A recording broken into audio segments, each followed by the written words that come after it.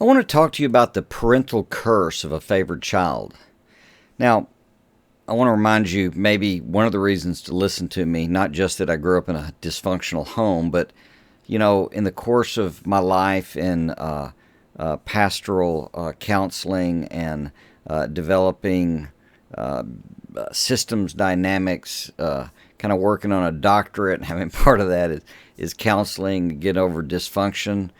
All those things have come together in my life to appreciate kind of how systems work, how these pieces come together. And your family is one of those too. It's very much like, as they describe it, the mobile over a child's bed. So if you pull down on one side, it makes the other one come up, and then it kind of moves around. You know those things? So if you think of it that way, if you have multiple children, mom, dad, etc., those things are all affecting each other.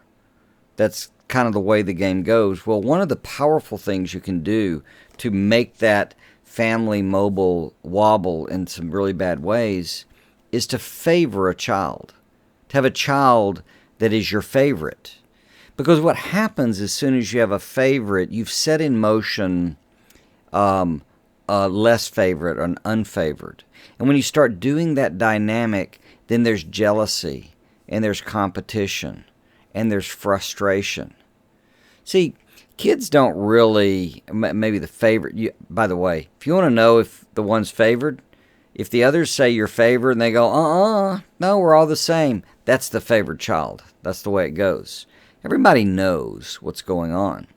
What you want to do is give those children their life of loving them all equally, maybe in unique ways, but still all equally. The ideal would be for you to love your spouse more than the kids.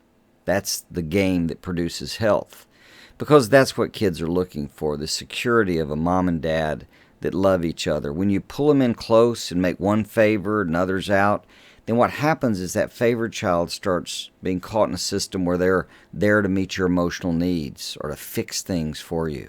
The others are pushed out, and they may leave or rebel, etc. Even the favored children may not can stand it. And this can get kind of complicated, and there's no need for that. It's just to use a little of your common sense. You wouldn't want to be the unfavored child, would you? Or were you?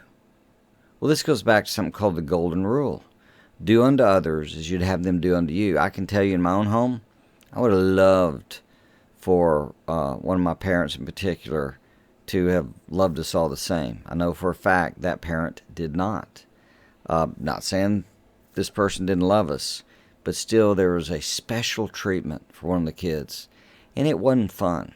It wasn't fun to not be that kid. I'm not sure it would have been fun to be that kid. So, my suggestion is to back off that thing, and you might want to even do it formally. What you don't want to do is what I saw in a movie one time, where this mom, I forget the movie, but she secretly told every child, "You're my favorite, don't tell the others. You're my favorite, don't tell the others." Well, that's warped in its own strange way. Look, get out of that business. Focus on the right priority in relationships, and give those kids permission this way to go out and have friends and their own life, and not feeling that weird obligation or that weird jealousy of being a favored child. God bless.